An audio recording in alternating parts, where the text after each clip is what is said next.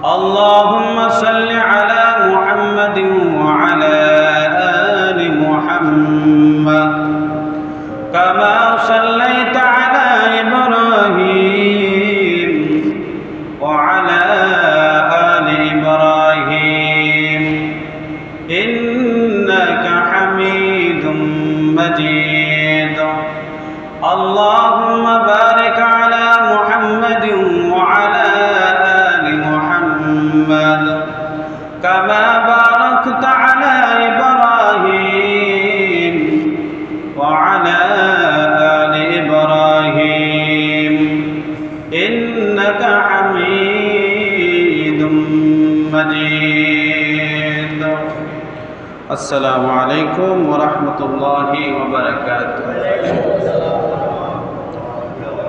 আল্লাহ পাকের দরবারে অসংখ্য অগণিত শুকর ও সুজুদ যে আল্লাহ পাক অত্যন্ত দয়া করে মায়া করে মহাব্বত করে ভালোবেসে আল্লাহর ঘর মসজিদে আসার এবং বসার তৌফিক দিয়েছেন। তাই আমরা অন্তরস্থল থেকে মহাব্বতে জুড়ে সরে বলি আলহামদুলিল্লাহ। অনেক মানুষ আমাদের থেকে বিদায় নিয়ে চলে যাচ্ছে, অনেক মানুষ অসুস্থ আছে, তার মধ্য থেকে আল্লাহ আমাদেরকে সুস্থ রাখছেন। তাই আমরা আবারও শুকরিয়া আদায় করি বলে আলহামদুলিল্লাহ। আমরা যে বাড়িতে বসবাস করি, আপনার দাদা, আপনার দাদারও বাবা, বাবা দাদারও আবার দাদা, অনেকে আছে দাদার নামে কইতে পারেন, ঠিক নেই। অনেকে জিজ্ঞাসা করলে আমার দাদার নাম কি, হুজুর কইতে পারতাম। দাদার বাবার নাম কি, এটা তো আরো আগেই শেষ। দাদার দাদার নাম কি, এটা তো আর কইতে পারতেন আপনাদের। তারা কত কষ্ট করে আপনি যে বাড়িতে বসবাস করেন তাদের হাতের তৈরি কইরা আজকে তাদের নামটুকু আমরা জানি না। কি বলেন? তারা বাড়ি তৈরি করে দিয়ে গেছে, জায়গা জমি সব কিছু তৈরি করে দিয়ে গেছে, কিন্তু তাদের নামটুকু আমরা জানি না। আমরা যারা দুনিয়ার জন্য পাগল হইয়া টাকা পয়সা ধন সম্পদ আমরা তৈরি করতেছি, এক সময় আসবে আমাদের প্রজন্ম আমাদের নামটুকু জানবে না, দেখি না? এত কিছু করে যাওয়ার দরকার নাই। আপনার সন্তানকে সম্পদ না দিয়ে যাইয়া নিজের সন্তানকে সম্পদ বানায় যাওয়ার দরকার। কারে? সন্তানকে কি বানানোর দরকার? সম্পদ বানানোর দরকার, কিন্তু সন্তানদের সম্পদ দিয়ে যাওয়ার কোনো দরকার নাই। কারণ সম্পদ আপনার দুনিয়া আখিরাত নষ্ট করে, কিন্তু সন্তানকে যদি সম্পদ বানায়া যান, অন্তত পক্ষে ৫ ওয়াক্ত নামাজের পরে বলবে রব্বির হামহুমা কামা রব্বায়ানি সগীরা। ওই সন্তানকে যদি সম্পদ বানায়া দেয়া যাইতে পারেন, অন্তত পক্ষে সে দোয়াটুকু করবে। কি করবে? দোয়া করবে। আমি কুরআনুল কারীমের সূরাতুল হুজরাতের 10 নম্বর আয়াত তেলাওয়াত করেছি। রাসূলের অসংখ্য হাদিস থেকে একখানা হাদিসের টুকরা তেলাওয়াত করেছি। এই আলোকে যেন আমি আলোচনা করতে পারি, আপনারা যেন শুনতে পারেন, উভয়ে যেন আমল করতে পারি। সকলে বলে আমিন। ওয়া মা তাওফীক ইল্লা বিল্লাহ। শুক্রবার এমন একটা দিন, জুম্মাবার, আল্লাহ রাসূল সাল্লাল্লাহু আলাইহি ওয়াসাল্লাম বলেন এমন কোনো হাদিস নাই, কোরআনের আয়াত নাই যে শুক্রবারে একটা আমল করলে এত পরিমাণ ফজিলত রয়েছে, অন্য কোনো হাদিসে নাই। সুবহানাল্লাহ। এবারে শুক্রবারে আল্লাহর নবী বিশ্ব নবী রাহমাতুল লিল আলামিন জানিয়ে দিলেন, ও পৃথিবীর মানুষ, জুমাবার দিন শুধু ইবনে মাজাহ শরীফের মধ্যে হাদিসটা এসেছে। ওই হাদিসের মধ্যে বর্ণনা করেন, কোন বান্দা যদি কয়েকটা আমল করতে পারে শুক্রবার, ওই আমলের দ্বারা এত পরিমাণ সওয়াব হবে যে সে কোনোদিন কল্পনাও করতে পারে না। 1 নম্বর আমল, সে সর্বপ্রথম সুন্দরভাবে শরীয়ত মোতাবেক সে গোসল করবে। কি করবে? শরীয়ত মোতাবেক গোসল করবে, গোসলের ফরজ আদায় করবে। গোসল সুন্দরভাবে করিয়া, পোশাক সুন্দর পরিধান করিয়া, আতর পুষ্প ব্যবহার করিয়া তারপর মসজিদের দিকে আস্তে আস্তে করে আজান হওয়ার সাথে সাথে রওনা করলো মসজিদের দিকে। আল্লাহর নবী বললেন, মসজিদে আসার পরে সে যেন প্রথম কাতারে বসে। কোন কাতারে? প্রথম কাতারে বসিয়া কোন ধরনের কথাবার্তা বলা যাবে না, মনোযোগ সহকারে খুতবা শুনবে, আর অন্য কোনো দুনিয়াবি চিন্তা করবে না, দুনিয়ার কোনো টেনশন তার মাথার ভিতরে নেবে না। অন্য মানুষ যদি কথা বলে সে বলবে, কথা বইল না, এতটুকু বলবে না। ওই ব্যক্তির জন্য আল্লাহর নবী বললেন, এক একটা কদমে এক এক বছরের রোজা রাখার সওয়াব দিয়া দিবে।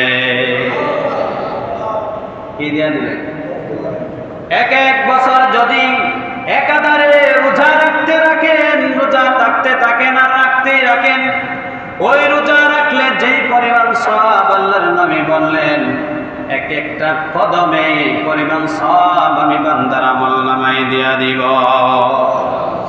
এত পরিমাণ সওয়াব কোন হাদিসে বর্ণনা করা হয় নাই। জুম্মার দিনের যে হাদিসটা বর্ণনা করা হয়েছে, রাসূল বললেন শুধু রোজা রাখার সওয়াব দেওয়া হবে না, এক বছর দাঁড়ায় তাইকা যারা নফল নামাজ পড়বে, এক একটা কদমের বিনিময়ে এক এক বছর নফল নামাজ পড়ার সওয়াব আমার তার আমল নামায় দেওয়া হবে।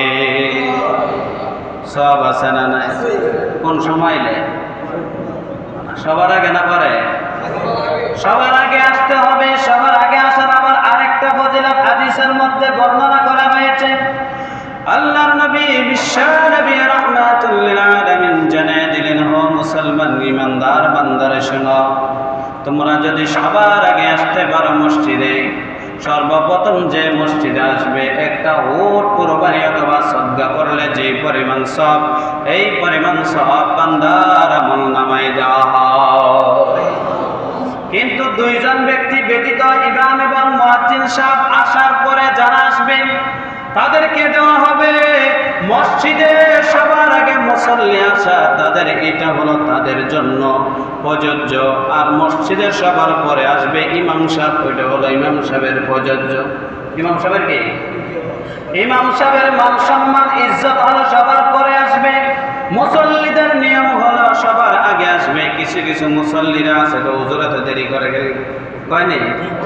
যারা বিদেশে গেছেন, মক্কা মদিনায় গেছেন, ইমাম সাহেব কোন দিকে আইতেছে কোন দিকে যাইতেছে কইতে পারতেন না, ঠিক না? নামাজও দাঁড়াইবে, এমন সময় দেখবেন ইমাম সাহেব হাজির, নামাজ পড়ায় আবার চলে যাবে। এখানে কোনো খানাখানি নাই, কোনো পালাপালি নাই, কোনো মারামারি নাই। কিন্তু আমাদের বাংলাদেশে একটা সমস্যা হলো, ইমাম সাহেব কই আছে তারে নজরদারি রাখে। বিশ্বাস করেননি? কি রাখে? বারবার পিছনে তাকা, বারবার ঘড়ির দিকে তাকা। কিন্তু ওইটা মনে রাখতে হবে ঠিকঠাক মতে নামাজ পড়াচ্ছে কিনা, ঠিক টাইমে আসছে কিনা। ঠিক টাইমে যদি নাও আসে, ইমাম সাহেবের অন্তত পক্ষে 5 মিনিট দেরি করে নামাজ পড়ানোর মতো ক্ষমতা থাকতে হবে। কয় মিনিট? 5 মিনিট। যদি ইমাম সাহেবের ক্ষমতা না থাকে তাহলে ইমাম সাহেবের দরকার নাই। কারণ ইমাম হলো ওই মহল্লার নেতা, ওই দেশের নেতা, ওই রাষ্ট্রের নেতা যে মহল্লার ইমাম সাহেব বসবাস করে, ঠিক না? তাহলে কি করতে হবে? 4 মিনিট 5 মিনিট যদি দেরি হয়ে যায়, ওইটা উনি সেটেল দেওয়ার এবং ক্ষমতা রাখে কিনা। বেশিরভাগ সময় দেখবেন 1 মিনিট দেরি হলে দেখবেন 14% গরিব ভাই, ঠিক না? এটা আমাদের জানার দরকার। 2 নম্বর শর্ত হলো, ইমাম সাহেব যদি 2 মিনিট অথবা 3 মিনিট 4 মিনিটও দেরি হয়, তারপরে ইমাম সাহেবরে বলতে পারবেন না হুজুর নামাজটা পড়ান। বুঝেনি কথা? আমি যখন ছাত্র বয়স ছিলাম তখন তেমন বুঝতাম না। আমাদের মসজিদের এলাকার মসজিদে গেলাম, যাওয়ার পরে বলতেছে হুজুর টাইম তো বাইরে যাইতেছে। পিছন দিক দিয়ে একজন মুফতি সাহেব ডাক দেয়া বলে, তোমার এই ধরনের সাহস হলো কিভাবে ইমাম সাহেবরে কোয়ার মতো? কারে? ইমাম সাহেবরে কোয়ার মতো সাহস হইল কিভাবে? নামাজ পড়ান, ইমাম সাহেবরে অর্ডার দেওয়া যায় না, ইমাম সাহেব আপনারে অর্ডার দিব। বুঝেন না কথা? ইমাম সাহেবের কি দেওয়া যায় না? অর্ডার দেওয়া যায় না, ইমাম সাহেব আপনারে অর্ডার দিবে। আমাদের কিছু কিছু মুসল্লি আছে, আয়া দেখবেন কইব হুজুর নামাজের টাইম হয়ে গেছে, ওনার খুব তাড়াহুড়া, নামাজ পড়ানোর মতো ঠিকঠাক মতো নামাজ পড়ারও টাইম নাই। তাহলে এগুলা করা যাবে না। তিন নম্বর যে আয়াত আমি তেলাওয়াত করেছি, আল্লাহর নবী বিশ্ব নবী রাহমাতুল লিল আলামিনকে একটি হাদিসের মধ্যে বর্ণনা হয়েছে, কোরআনের একটি আয়াতের মধ্যে বর্ণনা করা হয়েছে, সূরাতুল হুজরাত 10 নম্বর আয়াত, ইন্নামাল মুমিনুনা ইখওয়াতান ফাআসলিহু বাইনা আখাওয়াইকুম ওয়াত্তাকুল্লাহা লাআল্লাকুম তুরহামুন।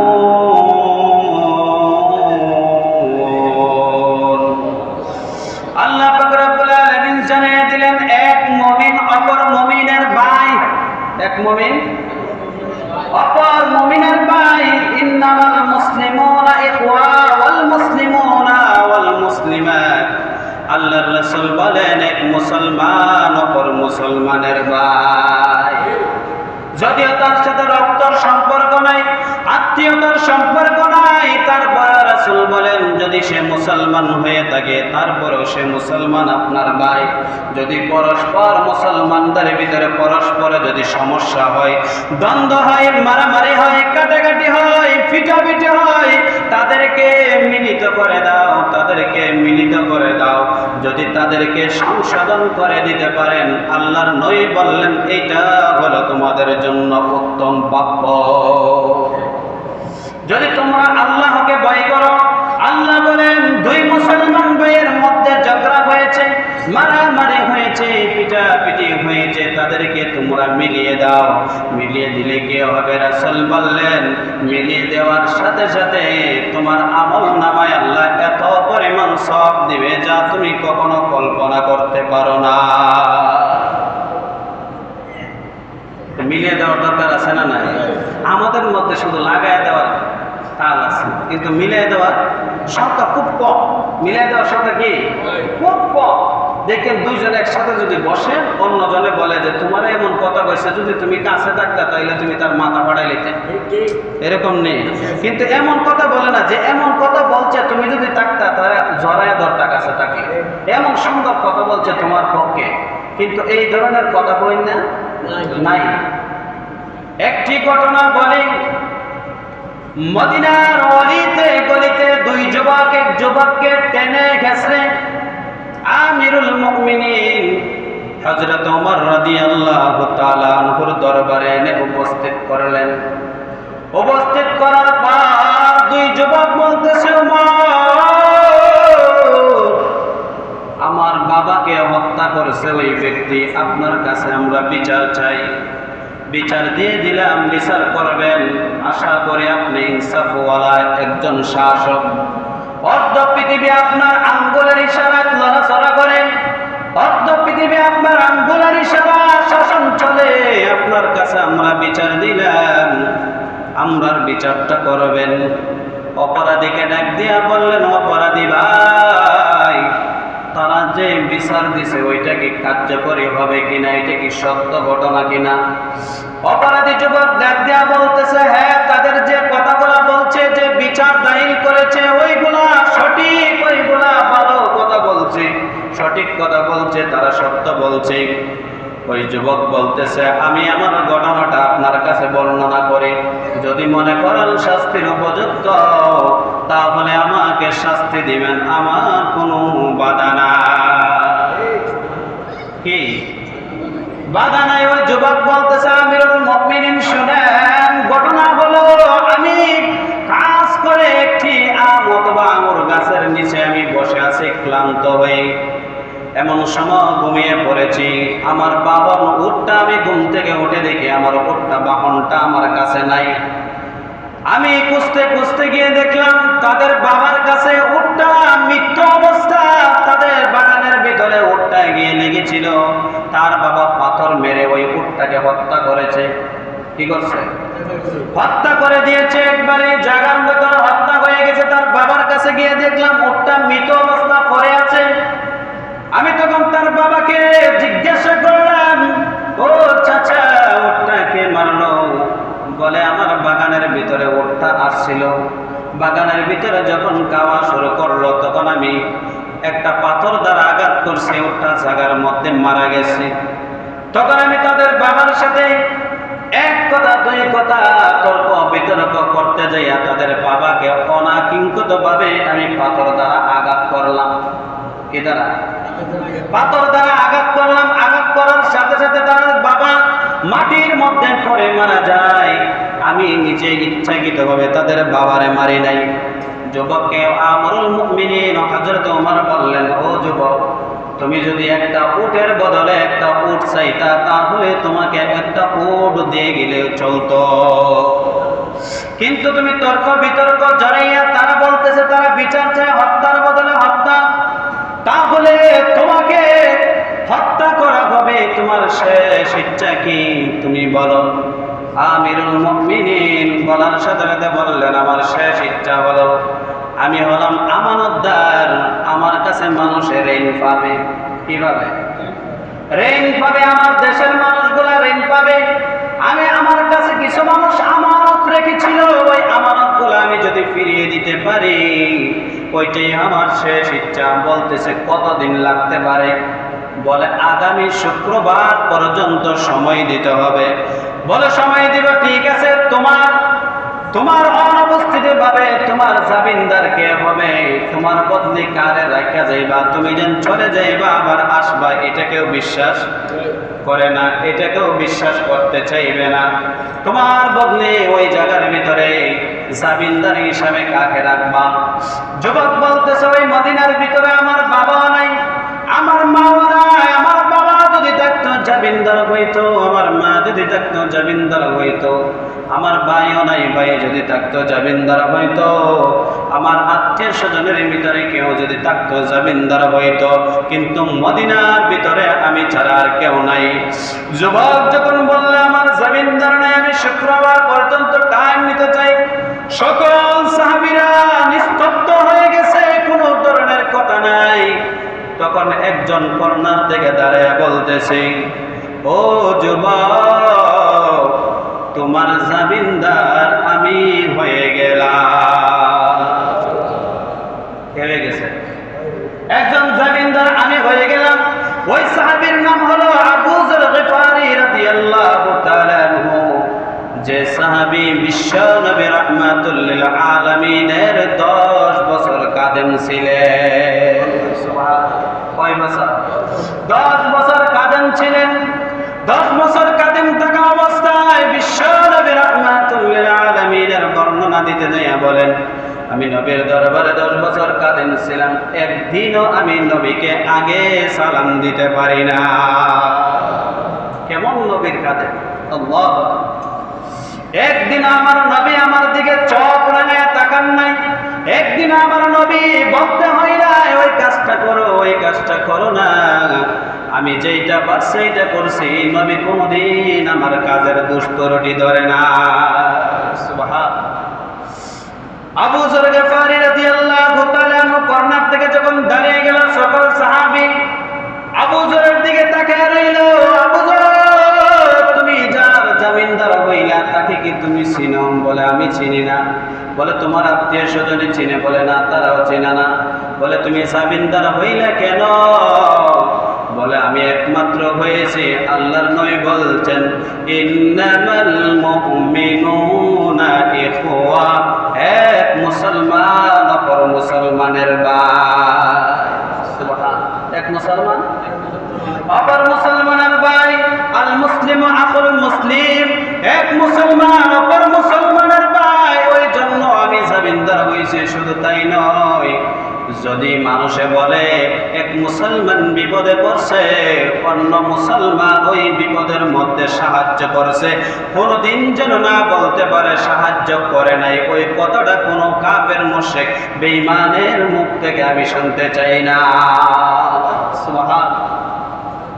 ওই কথা বলার সাথে সাথে আবু যর গিফারি রাদিয়াল্লাহু তাআলা আনহু বলেন, হযরত ওমর ওই যুবককে বললেন, শুক্রবার জুম্মার নামাজ তুমি মদিনার মসজিদে আয়েশা হাজির হইবা, মদিনার মসজিদে আয়েশা তুমি ওই জুম্মার নামাজ আদায় করবা। ওই যুবক চলে গেল বাড়ির ভিতরে। যখন গেল, সব লেনাদেনা, সব পাওনা দাওনা যা কিছু আছে সব কিছু ক্লিয়ার করলেন। করার সাথে সাথে শুক্রবার জুম্মার নামাজের আগে বলা হয়েছে, আবু যর গিফারি, তুমি যদি ওই যুবক না আসে তাহলে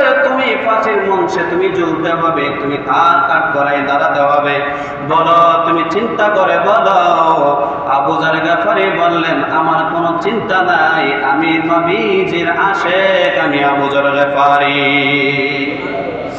এক মুসলমানের যদি বিপদ উদ্ধার করতে যাইয়া আমি যদি ফাঁসির কাস্টে ঝুলতে হয় ঝুলব, তারপরেও আমি ওই আইন লঙ্ঘন করব না।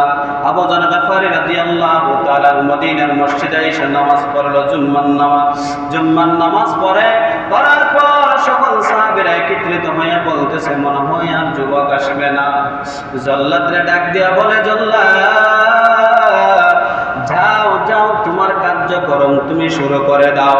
জল্লাদ বলতেছে, আজকে পর্যন্ত জল্লাদের চোখ দিয়া পানি বাহির হইতেছে আর বলতেছে, একজন নিরপরাধ মানুষ আমি আজকে ফাঁসির কাস্টে ঝুলাইয়া দিব।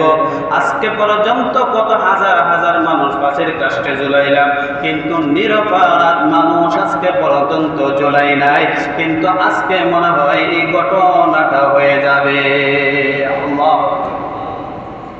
ওই যুবক যখন আসে নাই, সব কার্যক্রম শেষ, সাহাবীরা বলতেছে, যান ওই যুবককে আবু যর গফারিকে নিয়ে যান, তার কার্যক্রম শুরু হয়ে যাবে।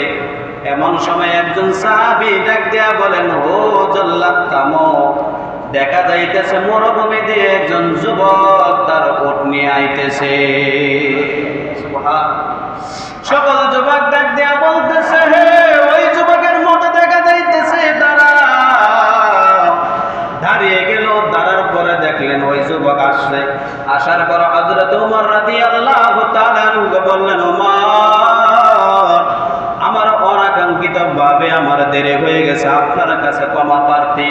হযরত ওমর বলেন, আর কিছুক্ষণ দেরি হইলে আপনার জায়গার ভিতরে অন্যজন ফাঁসির কাস্টে ঝুলতো, কিন্তু আপনার এত দেরি হলো কেন? বলে, আমার দেরি হয়েছে, পাওনা দাওনাকে কুচ কইরা বাহির কইরা ওই পাওনা দাওনা হাতের মধ্যে বোঝাই দিয়ে আসলাম, আর আমার পরিবারের কাছ থেকে বিদায় নিলাম। আমি অনাকাঙ্ক্ষিত ভাবে একটা খুন করছি, অপরাধ করছি, আর মনে হয় আর দুনিয়ার জমিনে তোমাদের সঙ্গে দেখা হবে না। ওই দেখা হবে আসরের ময়দানে, না হলে দেখা হবে জান্নাতে, আর দুনিয়াতে দেখা হবে না।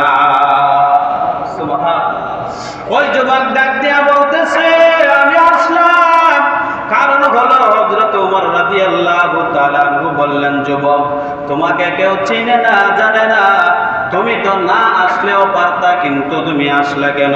বললেন, আমিরুল মুমিনিন ওমর, আমি আসার কারণ হলো, যদি একজন মুসলমান অপর মুসলমানকে সাহায্য করে, ওই সাহায্যের সময় একজন মুসলমানকে বিপদে পালাইয়া যদি আমি আর না আসি,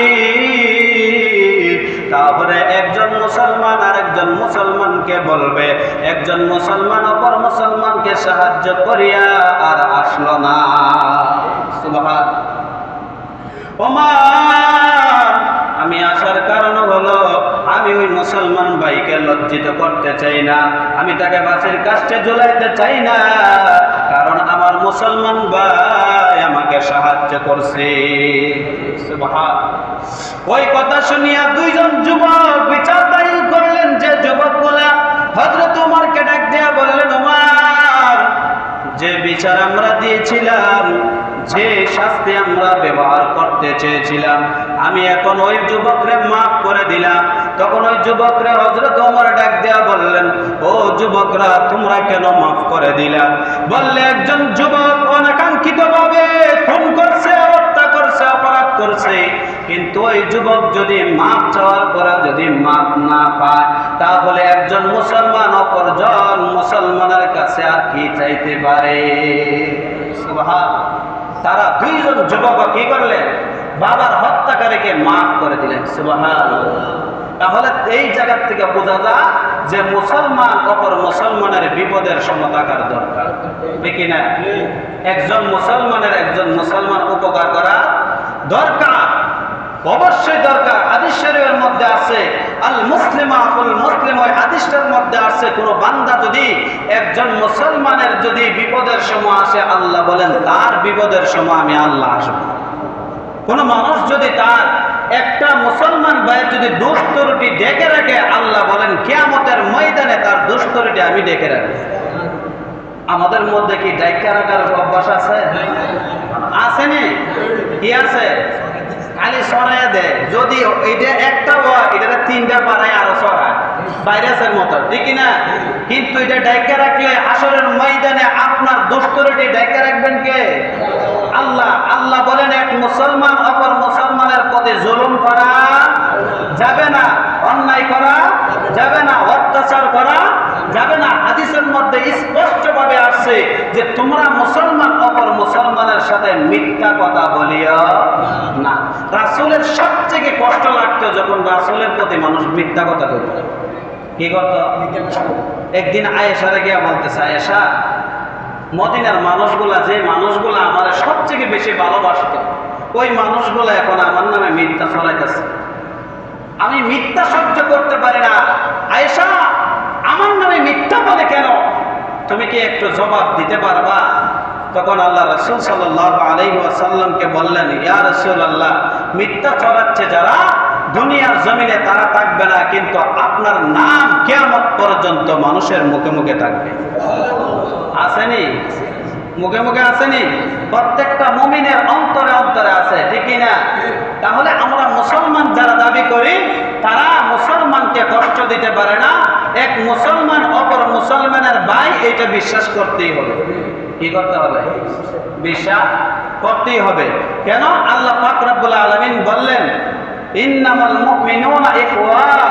এক মুমিন যদি মুমিন মুসলমান যদি হয়ে থাকে, অপর মুসলমান মুমিনের ভাই, ওই ভাইকে সাহায্য করা, তার বিপদের সময় কাছে থাকা, তার যদি কোনো ধরনের সমস্যা থাকে ওই সমস্যা থেকে উদ্ধার করা এক মুমিনের কর্তব্য, এক মুমিনের দায়িত্ব, ঠিক না? তাহলে আমাদের দরকার আসেনি? সবার দরকার। তাহলে আল্লাহ রাসূল সাল্লাল্লাহু আলাইহি ওয়াসাল্লামের হাদিসের মধ্যে বর্ণনা করেন, কোন মুমিন মুসলমান যদি ওই ব্যক্তি দুইটা কাজ থেকে যদি থাকতে পারে, তাকে খাঁটি মুসলমান বলে। তাকে কি বলা হয়? আল মুসলিমুনা মান সালিমাল মুসলিমুনা মিন লিসানি ওয়া ইয়াদিহি। রাসূল সাল্লাল্লাহু আলাইহি ওয়াসাল্লাম বলেন, খাঁটি মুসলমান ওই ব্যক্তি যে অপর মুসলমান তার হাত ও মুখ থেকে নিরাপদ থাকে। কিসের থেকে? হাত ও মুখ থেকে। হাত ও কি? দুইটা জিনিস থেকে নিরাপদ থাকলে সে কি মুসলমান? খাঁটি মুসলমান। কি মুসলমান? এখন যদি সমাজের মানুষ যদিও হাত থেকে নিরাপদ কিন্তু মুখ থেকে নিরাপদ না, তাহলে আমাদের জবান ঠিক রাখতে হবে, মুখ থেকে অপর মুসলমান ভাই যেন এমন কথা আমরা বলবো না যে অপর মুসলমান কষ্ট পাবে। কিভাবে? আল্লাহ রাসূল সাল্লাল্লাহু আলাইহি ওয়াসাল্লামকে বললেন, ইয়া রাসূলুল্লাহ, গীবত কি? গীবত এখন আমাদের সমাজে, আমাদের দেশে, আমাদের রাষ্ট্রের ভিতরে গীবত এমন ভাবে ছড়াছড়ি করতেছে, খাবার না খেলে চলে, কিন্তু গীবত না করলে গীবত না করলে চলেই না। তিনজনে কেন হইলে যত ধরনের গীবত আছে সব গীবত শাখায়ত, মানুষের বদনাম যা আছে সব করে একবারে শেষ করে না, ঠিক না? আল্লাহ রাসূলকে বললেন, গীবত কি? বলে আপনার ভাই, আপন ভাই, ভাইয়ের বিরুদ্ধে এমন একটা কথা কইছেন। কি কথা? এমন একটা কথা কইছেন যে আপনার ভাই এটা শোনার পরে আপনার ভাইয়ের অন্তরে মনটা আপনার খারাপ হয়ে গেছে। এটার নাম গীবত। এটার নাম কি? গীবত। এরকম অহরহ হইতেছে নি? হইতেছে নি? যত পারেন দুইটা জায়গা পৃথিবীর ভিতরে, দুইটা জায়গা সব থেকে নিকৃষ্ট। কয়টা জায়গা? বর্তমান সমাজের দোকান, বর্তমান সমাজের বাজার। বর্তমান সমাজের দোকান, বর্তমান সমাজের বাজার, এই দুইটা জায়গার ভিতরে শাখায়ত, গীবত, যত ধরনের পরনিন্দা আছে, এই জায়গা বেশিও না কমও? আপনারা কোন বেশিও না কমও? বেশি হয়। আমরা জানি বেশি হয়, তারপরে কিন্তু এই জায়গাতে আমরা বেশি যাই। বিশ্বাস করেন না? বেশি হয় জানি, তারপরে কি করি? বেশি যাই। তাহলে দুইটা জায়গা, এক নাম্বার দোকান, দুই নাম্বার বাজার। হাদিস শরীফের মধ্যে আসছে এমন ভাবে, সাহাবীদেরকে যদি কোনো মানুষ গিয়ে জিজ্ঞাসা করছে স্ত্রীদেরকে, বলে আপনার স্বামী কখন আসবে? কি জিজ্ঞাসা করতো? সবাই খেয়াল করেন, এই কথা বলে শেষ। কখন আসবে আপনার স্বামী? বলে আমার স্বামী বাজারে গেছে, এক্ষুনি চলে আসবে। এখনই কি চলে আসবে? কোথায় গেছে? বাজারে। কোন সময় আসবে? এখন চলে আসবে। তখন আরেকজন ব্যক্তি আছে, আপনার স্বামী কোথায় গেছে, কখন আসবে? বলে আমার স্বামী মসজিদে গেছে, কখন আসবে জানি না। সুবহানাল্লাহ। এটা কার আখলাক? কার আখলাক? সাহাবীদের। কার আখলাক? সাহাবীদের। আর আমাদের মসজিদে গেলে কখন? এই মাত্র এবার 5 মিনিট। বিশ্বাস করেন না? মসজিদে আইলে কি 5 মিনিট অপেক্ষা করেন, দেখেন 6টা সেজদা দিয়ে আইবার। কয়টা? 6টা সেজদা, বেশি দিত না, 6টা দিয়ে আইবার, 4টা দিয়ে আইবার। কিন্তু বাজার গেলে কি কর? যদি জিজ্ঞান ভাবি ভাই কোন সময় আসবে, তো বাজারে গেছে যখন কোন সময় কইতে পারি না। আচ্ছা, সাহাবীদের থেকে এটা আমরা কি ভালো না উল্টা? বলেন না, সাহাবীদের থেকে আখলাক ভালো না উল্টা? আমরা উল্টা ভাবে চলতেছি, তার জন্য আমাদের ঘরে বাড়ি রাস্তাঘাটে কোনো জায়গাতে কি নাই? শান্তি নাই। কোথাও কি নাই? শান্তি নাই। আমরা সাহাবীদের উল্টা চলি, হাদিসের উল্টা চলি, কোরআনের উল্টা চলি। যদি আমরা হাদিসের মোতাবেক, সাহাবী মোতাবেক, রাসূল মোতাবেক, রাসূলের আখলাক, রাসূলের চরিত্র আমাদের মধ্যে গঠন করতে পারতাম, তাহলে অবশ্যই আমাদের ঘরে শান্তি আসতো। ঠিক না? তাহলে আমাদের ঘরে শান্তি আসার একটাই কারণ, ঘরে ঘরে, প্রত্যেকটা ঘরে ঘরে নামাজ প্রতিষ্ঠিত করতে হবে, কোরআনের তেলাওয়াত ফলো করতে হবে। কিসের তেলাওয়াত? আল্লাহ যেন আমাদের সবাইকে কোরআন তেলাওয়াত বুঝা শূন্য পড়ার মতো তৌফিক দান করেন। সকলে বলে আমিন।